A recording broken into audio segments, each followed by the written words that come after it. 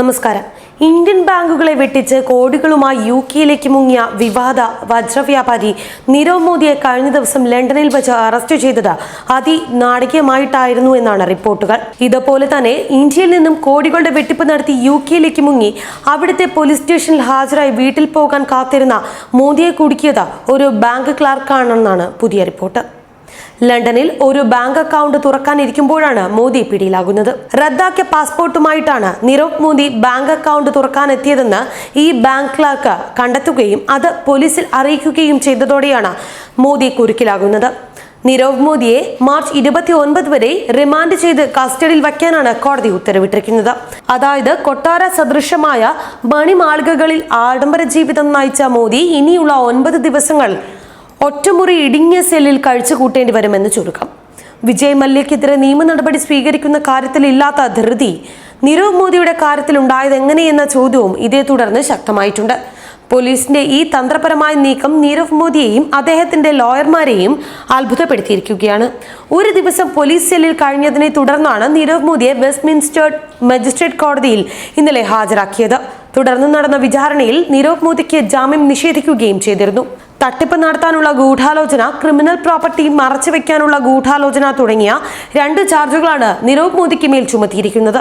ലണ്ടനിലെ ഒരു മെട്രോ ബാങ്കിൽ അക്കൗണ്ട് തുറക്കാൻ ചെന്ന നീരവ് മോദിയുടേത് റദ്ദാക്കിയ പാസ്പോർട്ടാണെന്ന് അവിടുത്തെ ഒരു ക്ലാർക്ക് മനസ്സിലാക്കിയതിനെ തുടർന്നായിരുന്നു കഴിഞ്ഞ ദിവസം അദ്ദേഹം അറസ്റ്റിലായത്. പോലീസ് ഇതിനായി പദ്ധതി ആസൂത്രണം നടത്തുകയും ഈ പ്ലാൻ പ്രകാരമുള്ള ഷെഡ്യൂളിനേക്കാൾ 5 ദിവസം മുൻപാണ് മോദിയെ അറസ്റ്റ് ചെയ്തിരിക്കുന്നതെന്നുമാണ് റിപ്പോർട്ടുകൾ സൂചിപ്പിക്കുന്നത്. മാർച്ച് 25-ന് നീരവ് മോദിയെ നാടകീയ രംഗങ്ങൾ ഒഴിവാക്കിക്കൊണ്ട് അറസ്റ്റ് ചെയ്യാനുള്ള സാഹചര്യമായിരുന്നു അദ്ദേഹത്തിന്റെ അഭിഭാഷകർ ഏർപ്പാടാക്കിയിരുന്നത്. അതായത് അതിന് 5 ദിവസം മുൻപാണ് ഇപ്പോൾ അറസ്റ്റ് ഉണ്ടായിരിക്കുന്നത്. മാർച്ച് 29 വരെ മോദിയെ റിമാൻഡ് ചെയ്ത് കസ്റ്റഡിയിൽ വയ്ക്കാൻ ഡിസ്ട്രിക്ട് ജഡ്ജ് മേരി മാലൻ ഉത്തരവിട്ടിട്ടുണ്ട്. തുടർന്ന് പ്രിലിമിനറി ഹിയറിംഗിനായി അദ്ദേഹത്തെ ചീഫ് മജിസ്ട്രേറ്റ് എമ്മ ആർബുത്നോട്ടിന് മുന്നിൽ ഹാജരാക്കുകയും ചെയ്യും. വിജയ് മല്യയുടെ വിചാരണയും ഇതേ ജഡ്ജായിരുന്നു മേൽനോട്ടം നടത്തിയിരുന്നത്. മോദിയുടെ അറസ്റ്റിനെ തുടർന്ന് അദ്ദേഹത്തെ നിയമ നടപടികൾക്ക് വിധേയനാക്കുന്നതിന് വിട്ടുതരാൻ യുകെയോട് ആവശ്യപ്പെടാൻ ഇന്ത്യക്ക് വഴി തുറന്നിരിക്കുകയാണ്. എന്നാൽ ബ്രിട്ടനിലെ നിയമ നടപടികൾ പൂർത്തിയാക്കി അദ്ദേഹത്തെ ഇന്ത്യക്ക് കൈമാറാൻ കാലമേറെ എടുക്കുമെന്ന ആശങ്കയും ഉയരുന്നുണ്ട്. തന്നെ അറസ്റ്റ് ചെയ്യാനുള്ള വാറന്റ് ഉണ്ടെന്ന് മനസ്സിലാക്കിയ നീരവ് മോദി ഇതിലെ നാടകീയതകൾ ഒഴിവാക്കുന്നതിനായി സെൻട്രൽ പോലീസ് സ്റ്റേഷനിൽ മാർച്ച് 25-ന് കീഴടങ്ങുന്നതിനുള്ള പദ്ധതികൾ ഒരുക്കിയിരുന്നു. 2017 ഏപ്രിൽ 18-ന് സമാനമായ രീതിയിൽ മല്യ പോലീസിന് മുന്നിൽ കീഴടങ്ങി വീട്ടിലേക്ക് പോയതുപോലെ തനിക്കും സാധിക്കുമെന്നായിരുന്നു നീരവ് മോദി പ്രത്യാശിച്ചിരുന്നത്. നാടകീയമായ അറസ്റ്റിലൂടെ നീരവ് മോദിയുടെ ആ കുതന്ത്രമാണ് പൊളിഞ്ഞിരിക്കുന്നത്. അന്ന് മല്യ പോലീസ് സ്റ്റേഷനിൽ കീഴടങ്ങിയപ്പോൾ അദ്ദേഹത്തെ വിലങ്ങണിയിക്കുക പോലും ചെയ്തിരുന്നില്ലെന്നത് ഈ രീതി പിന്തുടരാൻ നീരവ് മോദിയെ പ്രേരിപ്പിക്കുകയായിരുന്നു. തുടർന്ന് ഒരു പോലീസ് കാറിൽ മല്യ വെസ്റ്റ്മിൻസ്റ്റർ മജിസ്ട്രേറ്റിന്റെ കോടതിയിലേക്ക് കൊണ്ടുപോവുകയായിരുന്നു. എന്നാൽ നീരവ് മോദിയുടെ അറസ്റ്റ് ഇതുപോലെ പ്ലാൻ ചെയ്ത പ്രകാരമല്ല നടന്നിരിക്കുന്നത്.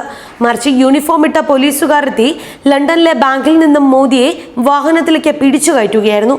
ചൊവ്വാഴ്ച ഹോൾബോണിലെ മെട്രോ ബാങ്കിൽ തന്റെ റദ്ദാക്കിയ പാസ്പോർട്ടും കൗൺസിൽ ടാക്സ് ബില്ലുകളും ഐഡിയാക്കി അക്കൗണ്ട് എടുക്കാൻ മോദി ശ്രമിച്ചപ്പോൾ ബാങ്ക് ജീവനക്കാരൻ പോലീസിനെ വിളിച്ച് അറസ്റ്റ് ചെയ്യുകയായിരുന്നുവെന്നാണ് നീരവ് മോദിയുടെ ലോയറായ ജോർജ് ഹെബ്ബോൺ സ്കോട്ട് വെളിപ്പെടുത്തിയിരിക്കുന്നത്. ഇന്ത്യൻ ഗവൺമെന്റ് റദ്ദാക്കിയ മോദിയുടെ പാസ്പോർട്ട് അറസ്റ്റിന്റെ ഭാഗമായി പോലീസ് പിടിച്ചെടുക്കുകയും ചെയ്തിരുന്നു.